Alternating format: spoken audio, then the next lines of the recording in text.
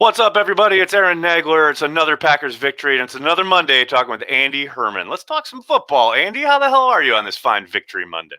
Victory Monday, 2-0. Offense put up back-to-back 40 burgers. I got nothing to complain about, man. Oh, well, then you're not really a Packers fan because there's plenty to complain about if you check online. You're right. Number one is the Packers defense and or the run defense, which, again, let's caveat this with I understand people being concerned. I don't have time for people who only dwell on the negatives, but I'm not going to sit here and pretend they don't exist. So let's start with the fact that yes, Kenny Clark was out, and Detroit seemed to kind of have their way early in that game. Was there a point in the first quarter, say, where maybe you thought, oh, okay, maybe this is where the defense gets exposed a little bit? 100%. And I'm glad we're talking about this first because I'm honestly intrigued by your opinion on this as well. I've gone back. Obviously, I watched the Minnesota tape in great detail. I went back. I watched this game on the condensed version after watching it originally. So I watched it twice. My gut feel is that the defense doesn't feel quite right, which is okay. It's week 2. Right. Matthew Stafford, good quarterback. And I think some of the run game concerns are legitimate. The big point where it hit is when they allowed the first 2 touchdowns this week against Detroit. If you go back, they ended the game with 3 touchdowns against Minnesota, started this game with 2 against Detroit. They allowed 38 points in 5 consecutive drives. I have to believe that that's an NFL record for most points allowed in a 5-drive span.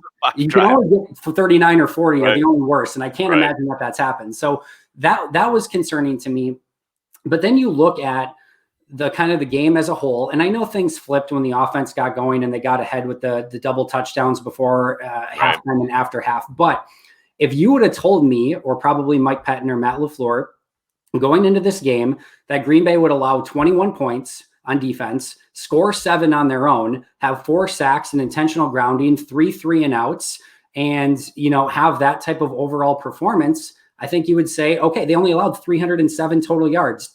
Green Bay's running backs scored more than, or had more total yards than the entire Lions offense did. So my gut tells me something doesn't seem quite right yet. And I think there's a lot that they can continue to work on. But at the same token, I also get, the game of football is difficult, and winning football is difficult, and stopping opposing teams is difficult. And I think they did a much better job after those first 2 drives of getting things together. But I'm very curious as to your thoughts on where the defense is through 2 weeks. I mean, it's not surprising. The stress points are appearing exactly where we thought they would, right? Yeah. After an offseason of whatever limited activity they had, coupled with what we saw day in and day out at practice, coming into this year, my number one response when people said, what's the one area of concern? It's got to be run defense. And I don't think I've seen anything to allay those fears. No. But football is such a situational game. And, you hear coaches harp all the time on situational football. And the Packers, for whatever reason, have come out of the gate somewhat cold in both of these games and then seemingly turned it around a little bit and then gone on to win pretty comfortably both times. And then that's something I want to ask Matt LaFleur about here in a little while when we talk to him, is about the idea of last year they were so hot out of the gate. And the games they just completely controlled on offense usually. And this year, these first 2 games anyway, they have come out somewhat cold. So I do think some of it is situational. It allows teams, because they have been able to get ahead and or had an even score, a wide selection of plays to draw from. And if I think the biggest takeaway I had early on in that game, going back and watching it, is how close they were on a number of plays. Yeah. If you look at Jair, he probably has a pick 6 there, I would say 7 times out of 10. Yeah. Instead, he allows a completion, which actually just gets batted up in the air, and it's kind of a fluke play. The Amos not wrapping up on Hawkinson on that first drive, things of that nature, where they have kind of out of character mistakes that bubble over into bigger gains and or issues for a defense that has the talent, I think, to be much more effective. Overall, I think there's no question they've got problems up front. Yeah, I don't think there's any way to hide that. But the way they're constructed, especially on offense, they're going to be able to paper over that a lot more times than they're not going to be able to. Yeah, and of course, getting Kenny Clark back is certainly going to help with that as well at some Would point. help. But we've been on the exact same page all offseason. When everyone wanted to talk about wide receivers and all the other positions, Right. defensive line was 1A, and they never really addressed that. And we'll see if maybe they can kind of piecemeal that together as the season goes on. But the last thing that I have too is it's been interesting to me because yesterday's game, they're 29-10. Going into the fourth quarter. So, 34-14 going into the fourth, 29-10 a week ago. Right. So of those 10 points that they allowed, they also scored 2 on their own with the safety and scored 7 on their own of those 14 this week. So I know it's not completely garbage time football. You can't just chalk it up to that and some of the points that they've allowed in the fourth quarter, but they've gone in with commanding leads and only, again, 24 points in the first 3 quarters combined in those 2 games. So yeah, there's still positive signs from the defense. It's funny you bring that up because I was just going back and looking at some of the stats from the Minnesota game, and I forgot. I guess I knew it from watching the tape, but I forgot how many points they allowed in the fourth quarter of that game. I mean, it's crazy. It was like a point explosion for Minnesota, but the game was pretty much out of reach. So again, it comes down to situational football, and I think they need to be better in that regard. But I think there's enough there to work with, and they've got the talent necessary to turn it around, so to speak. We've seen the NFL is littered with teams that started poorly on defense and got better as the year went on. And I don't need them to be even a top 5 defense. They just have to be better situationally. Agreed. Talking about the talent on the defensive side, what about the start from Rashawn Gary? I mean, here's a kid I think was dogged a lot this offseason for how little he played as a rookie. But man, I'm telling you, he has started hot in these first 2 games. Man, I remember back, there was some huge asshole who said it was the worst case scenario to draft Rashawn Gary with the 12th overall pick, was really disappointed after the selection.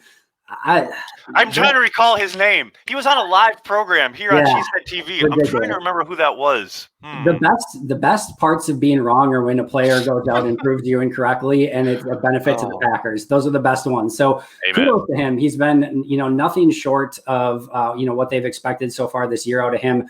And, going back into training camp, and I think we touched base on this either in one of these or in a different episode or something, but of all the players who were getting glowing reviews, whether it be the Tim Boyles, the Alan Lazards, who deservedly had really good practices. Right. I always go back. MVS was one of those guys. Yeah. Exactly. Another one. Yeah, no doubt. I always go back and say, all right, which one of these can actually take a jump to be a player who opposing coordinators really have to worry about when they're scheming a game plan? And the one player that stood out to me that could potentially have that type of impact was Rashawn Gary. And we're starting to see that having massive impacts, impactful plays back-to-back weeks. I think he's right there, right among the sack leaders so far this season. So he's been exactly what they've been hoping for. And when you pair him eventually, I think when Z gets going even more, he's had a nice start, but I think he still can even be another notch higher. I think Preston's still getting things into gear. Kenny obviously wasn't healthy this week. I think when those 4 guys are on the field in obvious passing situations moving forward, just look the hell out. What do you make of Preston's start? Because I've gotten a lot of messages both on Twitter and in my inbox saying, well, is there something wrong with Preston? And it's funny because it hasn't jumped out at me in either game watching it live. Going back and looking at him, I can see how people would say, okay, he seems to be slow and or lumbering or having issues turning into coverage. And I keep trying to balance the idea of, okay, I'm trying not to have unrealistic expectations, but at the same time, I kind of see what people are talking about in the sense of he doesn't seem to be quite as vital or electric or as up. And those are weird words to use. And I know it's kind of a nebulous idea, but comparative to what he gave us last year, it seems a notch slow this year. And I can't quite put my finger on it. Yeah, when I went back, the first, I want to say 8 to 10 games last year for Preston were dynamic. In fact, when I graded him out, I actually had Preston ahead of Za'Darius through the first 8 to 10 games of last season. Then Z just went on a whole nother level. And I thought Preston leveled off through the second half of last year. And I think this is a little bit of a carryover from the end of what we kind of saw towards the second half of last year. And that's not to say that that's bad. I think he's still a good football player. That's my point. I can't bring myself to say he's had a poor start because I think he's played pretty darn well overall. I mean, he's had a solid campaign, but I do think because so much was made this offseason of the Smith brothers and their placement as far as an edge rushing duo, I guess we probably did expect a little bit more. And the fact that it hasn't arrived instantly, I guess I can understand why people would question it. Yeah, I think that's fair. And I think the other thing too is with Kyler Fackrell gone, they needed a linebacker that was going to drop back in coverage a little bit more. Not that he didn't necessarily do it a season ago. He did a decent amount of it too, but you'll see him dropping back in coverage a little bit more. And yeah, you know what? If Preston gets one-on-one with a running back on an angle route, it's probably not going to look good. Well. That's not on Preston. That's just you got caught with your pants down a little bit. You know, you give up 15 yards, you go to the next play.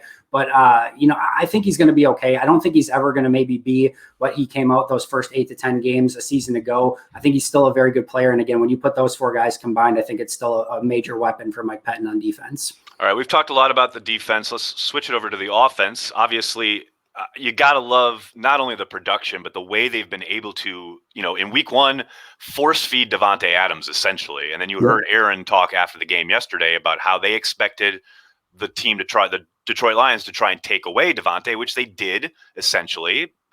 But there's Aaron Jones to step up and take the mantle, so to speak, of the guy who's going to basically drag them along on offense. So it's great to see them being able to utilize different guys dependent on, you know, what the matchups present each week. Do you think that's sustainable? Do you think this is a team? Obviously, I don't expect them to score 40 points every single week, although it would be nice. But do you think this is the kind of the offense that we can expect? Okay, one guy is down this week, so we have to expect, you know, X, Y, or Z to pick it up. Yeah, I think in Minnesota, you know, it sounded like, and I'd have to go back and look at it as well, but it sounded like Minnesota played more, you know, single high and added an extra guy in the box more than Green Bay was expecting, which, you know, an effort to take away Aaron Jones. All right, you're going to take away Aaron Jones. We're going to attack on the outside with our receivers, play after play after play, and specifically with Davante. And, you know, to an extent, I don't even necessarily know that it was force feeding. It was just taking advantage of the best matchup on the given play, which was Davante. This week, Detroit plays, you know, more 2 high safeties. They go into a little bit more of doubling Davante early in the game and trying to take him out, which is what you expected, I expected, Matt LaFleur expected. And they go and they run Aaron Jones and Jamal Williams, who I think almost got overshadowed a little bit because of how you really did. You're so right. Yes, yeah, 100%. So they, you know, they run it right down Detroit's throat. And again, running backs had 316-ish yards in total offense yesterday. So, you know, can they do that to every team? Probably not. Like you said, they're not going to put up 500 plus yards and 40 points every week, but you love to see the fact that they have multiple stars that they can feature. They're going to take away one, will feature the other. And I think, you know, we're to the point now where MVS and Lazard and Jamal Williams and I think Tyler Irvin and even, you know, AJ Dillon, Josiah DeGuara, I think some of these guys are really proving that, hey, we're not going to be stars, but, you know, we can hit, you know, 250, 275 for you and, you know, be a solid hitter in the, you know, bottom of the order when some of those other guys are maybe having an off day. It's funny. One of the things I've loved these first 2 weeks is the design that LaFleur has used a couple of times. And obviously there's always a bunch of window dressing as far as where guys start and then they motion, etc.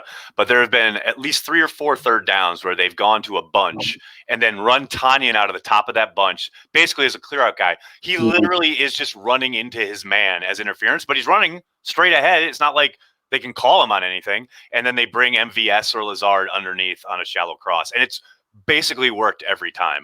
I'm just waiting for the inevitable flag to come out, but right now, it's absolutely perfection. I mean, it literally has worked every time. It's gorgeous. And they, you know, they used it against Minnesota, and I started to kind of pick up on it there. It would have been even better had MVS not dropped the third down. They had the, you know, the same thing a week ago, but they start off this week with a third down. I think it was a third down, MVS on the crossing route again. They hit it this time. He catches it, gets good yards. The one I love is the Aaron Jones crosser that they ran in a similar formation. So that linebacker covering him goes through 3 separate picks. He goes through Tanyan, Lazard, and not only Tanyan and Lazard, but Tanyan and the guy covering Tanyan. Exactly. The guy covering two for one there. And then MVS the guy is clearing too. So he goes through 3 washes on his way. Aaron Jones picks up 22 yards on the play. And it's just another one, the end zone wheel to Aaron Jones where he scored the touchdown. Again, linebacker has to go through the wash there. And it's just, you know, for all the time where we look back at the Mike McCarthy, where they had so much struggles against, you know, single, you know, press man-to-man coverage and, you know, what weren't using these type of bunch formations. He started to a little bit later on, but you know, now you see, you know, good luck if they're not going to call those. And even if you get 1 penalty out of 4 or 5, exactly. I mean, eventually you're still going to be making buku yards out of it. And it's funny. LaFleur almost laughed when I brought it up yesterday. I don't know if he thought it was, because I said, did you expect so much man because you're running his crossers? And he legit starts laughing. And I'm like, wait a second. I think that's a legitimate question, but Yeah, for sure. we'll see. We'll see if they continue it, because, like you said, McCarthy's teams had so much trouble with that too high man underneath. The Packers now seem to welcome it, and they seem to be killing it whenever it's presented. All right, Andy, I can't thank you enough for joining me. We're talking football each and every week, so it's always fun, especially fun after a win. We'll talk to you again down the line here on Cheesehead TV. Thanks so much for joining me, man. Hey, appreciate it. We're undefeated when we do these, so I think if we keep doing them, keep it up, I guess. I think they'll say 16-0. So thanks for having me. Thanks a lot, Andy.